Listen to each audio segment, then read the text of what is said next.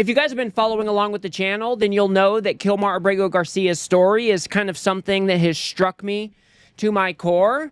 And for those of you that need a quick reminder, Kilmar Abrego Garcia is a man from Maryland, a El Salvadoran national who was picked up by ICE. He was arrested in front of his disabled child. He wasn't given any due process, wasn't even given a phone call. And then the Trump administration shipped him off to a gulag down in El Salvador. This is a place where most people do not walk out of. This is a place where, Bukele sends his gang members and his so-called terrorists. And the Trump administration decided that it would be a good idea to round folks up without any due process at all and ship them to a place that is outside of this country. And when the Supreme Court looked at this case, in a 9-0 decision, they agreed that Kilmar Abrego Garcia needed to be returned to be given the due process that he was deserved. And so we now have an update to Kilmar Abrego Garcia's story, but I first just want to give everybody a reminder of where the administration stood just a couple weeks ago about whether or not Kilmar Abrego Garcia would even come back to the United States. Here's Kristi Noem at one of her congressional hearings, and I'll just leave it at that. If you guys do appreciate my work, please do remember to subscribe. Abrego Garcia is a citizen of El Salvador and should never have been in this country and will not be coming back to this country. There is no scenario where Abrego Garcia will be in the United States again. If he were to come back, we would immediately deport him again because he is a terrorist, he's a human smuggler, and he is a wife beater. So Kilmar Abrego Garcia will never, ever be returned to the United States of America because he is a human smuggler, he's a terrorist, and he's a wife beater. That is where the administration stood just a couple weeks ago. And just to remind everybody, Kilmar Abrego Garcia was working in this country legally. In 2019, he was granted a withholding of removal because there were credible threats against his life by gang members in El Salvador. And in the first Trump administration, an immigration judge granted him protective status to remain legally in our country. That is why it was such a big problem that he got deported, or not even deported, removed to a gulag down in El Salvador. The Trump administration literally sent him to the country, the only country that he wasn't allowed to be sent back to. But like I said, we now have an update to Kilmar Abrego Garcia's story. And late last week, he was actually flown back to the United States. Now, you might think that this is a huge win, and I would say maybe. It's a partial win. But was the Trump administration doing this to comply with the Supreme Court order saying that they needed to return Kilmar to the United States? No, no, no. What the Trump administration did instead is they went fishing for different crimes that they could charge Kilmar Abrego Garcia with. They, got the indictment and now are returning him under the pretext that he needs to be prosecuted for those crimes. Okay, so that is where we are today. And Pam Bondi late last week held a press conference to announce this new indictment against Kilmar Abrego, and it is an absolute disaster. So let's go ahead and take a look at that press conference. Here she is saying what Kilmar Abrego Garcia is being indicted with.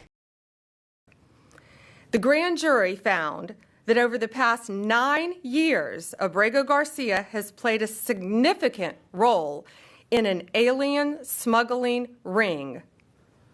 They found this was his full-time job, not a contractor. He was a smuggler of humans and children and women.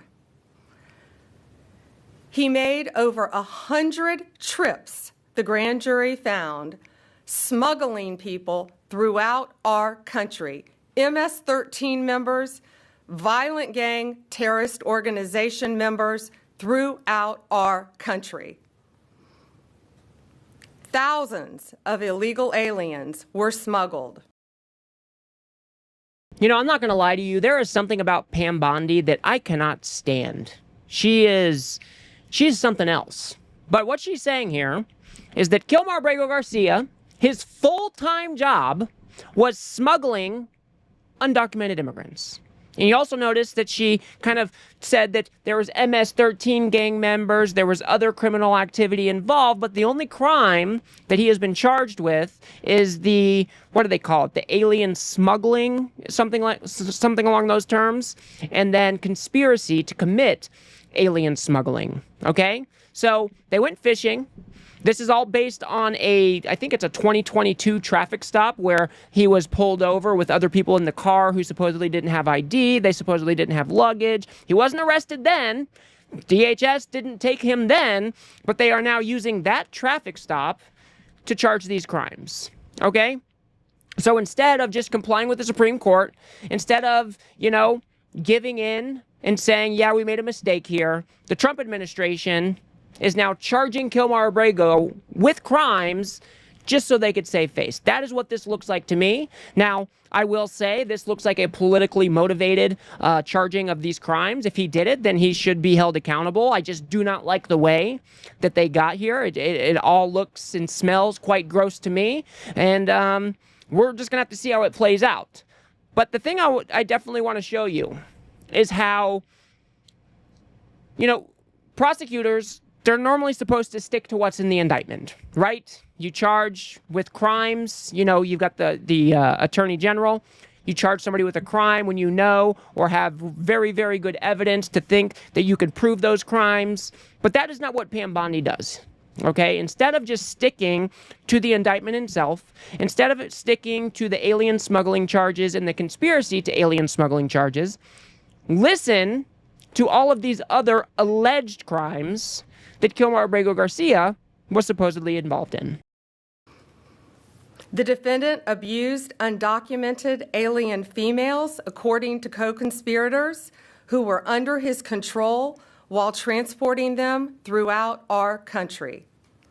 This defendant trafficked firearms and narcotics throughout our country on multiple occasions.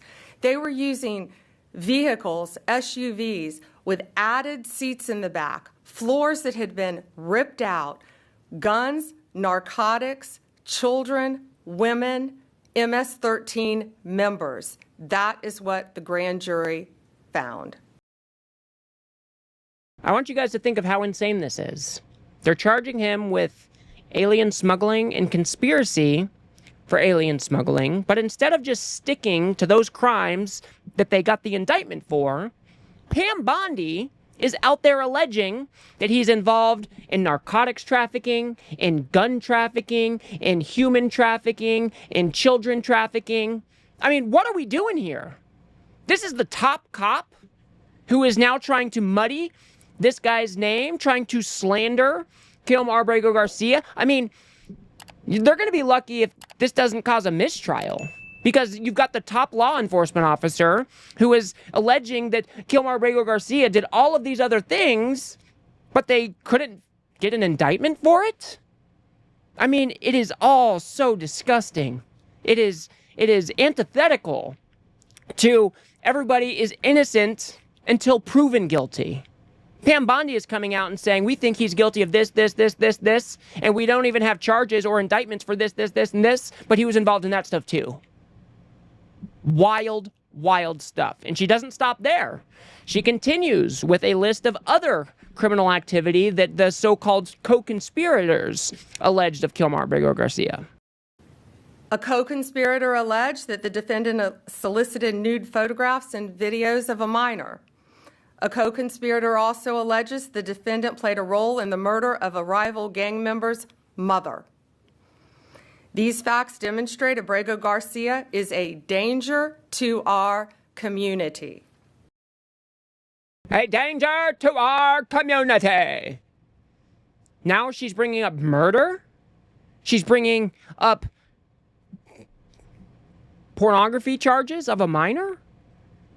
But you guys couldn't get this in a charging document? You couldn't get this in a grand jury indictment? Yet you are coming out in front of the American people and attaching all of these different crimes to Kilmar Abrego Garcia's name?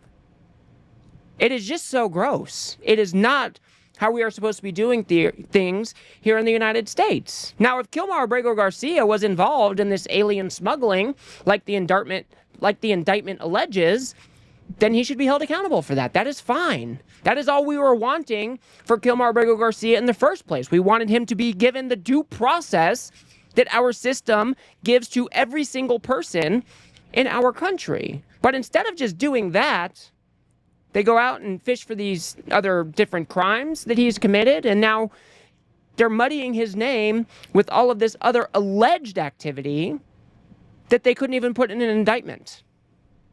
This is not what we are supposed to be doing in the United States. She goes on to conflate another heinous case with Kilmar Abrego Garcia's name.